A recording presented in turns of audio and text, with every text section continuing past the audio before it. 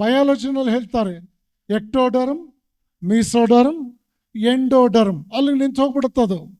Biology ಅಲ್ಲಿಗೆ ಬಂದು ನಿಂತು ಹೋಗ್ಬಿಡುತ್ತೆ. ಆದರೆ ಋಷಿಗಳು ಹೇಳ್ತಾರೆ ಅನ್ನಮಯ ಕೋಶ.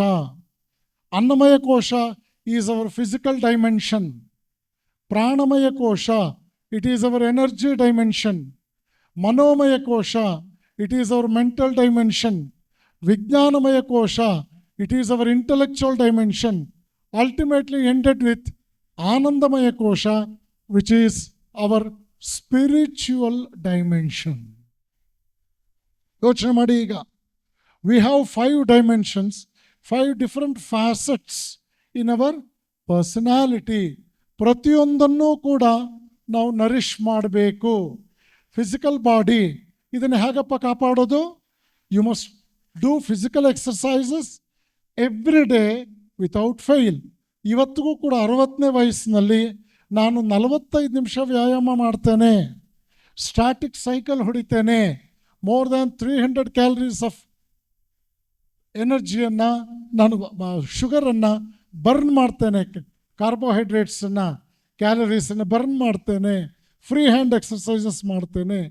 When I was a student of your age, every day I use to play cricket, sometimes football, weekly twice I used to ride horse. ಕುದುರೆ ಸವಾರಿ ಮಾಡ್ತಾ ಇದ್ದೆ.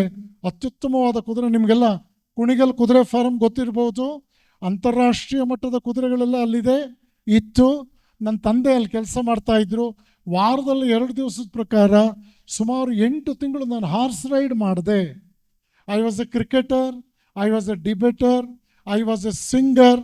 ಇನ್ addition to all this, I stood first in my class.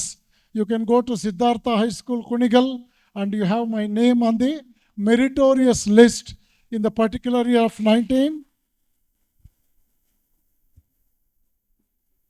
ಇದನ್ನು ಯಾಕೆ ಹೇಳ್ತಾ ಇದ್ದೀನಿ ಅಂದರೆ, ನೀವು ಶಾಲೆಗೆ ಫಸ್ಟ್ ಬರಬೇಕು ಅಂದಾಕ್ಷಣ ನೀವು ಆಟ ಆಡೋದು ಬಿಟ್ಬಿಡಬೇಕು, ಕಲ್ಚರಲ್ ಆ್ಯಕ್ಟಿವಿಟೀಸ್ ಬಿಟ್ಬಿಡಬೇಕು ಅಂತ ಇಲ್ಲ. ನೀವು ಎಕ್ಸ್ಟ್ರಾ ಕರಿಕ್ಯುಲರ್ ಆ್ಯಕ್ಟಿವಿಟೀಸ್, ಕಲ್ಚರಲ್ ಆ್ಯಕ್ಟಿವಿಟೀಸ್ನಲ್ಲಿ ಎಷ್ಟು ಪಾರ್ಟಿಸಿಪೇಟ್ ಮಾಡ್ತೀರೋ ನಿಮ್ಮಲ್ಲಿ ಉಲ್ಲಾಸ ಬರುತ್ತೆ, ಲವಲವಿಕೆ ಬರುತ್ತೆ, ಉತ್ಸಾಹ ಮೂಡುತ್ತೆ, ಶ್ರದ್ಧೆ ಬರುತ್ತೆ. ಅಷ್ಟೇ ಅಲ್ಲ, ಏನೇ ಕೆಲಸ ಮಾಡಿದ್ರೂ ನಿಮ್ಮ ಎನರ್ಜಿ ಎಕ್ಸಾಸ್ಟ್ ಆಗೋದಿಲ್ಲ, ನಿಮಗೆ ನಿರಾಸಕ್ತಿ ಬರೋದಿಲ್ಲ, ಯಾವುದೇ ರೀತಿಯಲ್ಲೂ ಸೋಮಾರಿತನ ಬರೋದಿಲ್ಲ. ಇದನ್ನು ತಿಳ್ಕೊಳ್ಬೇಕು ಮಕ್ಕಳೇ.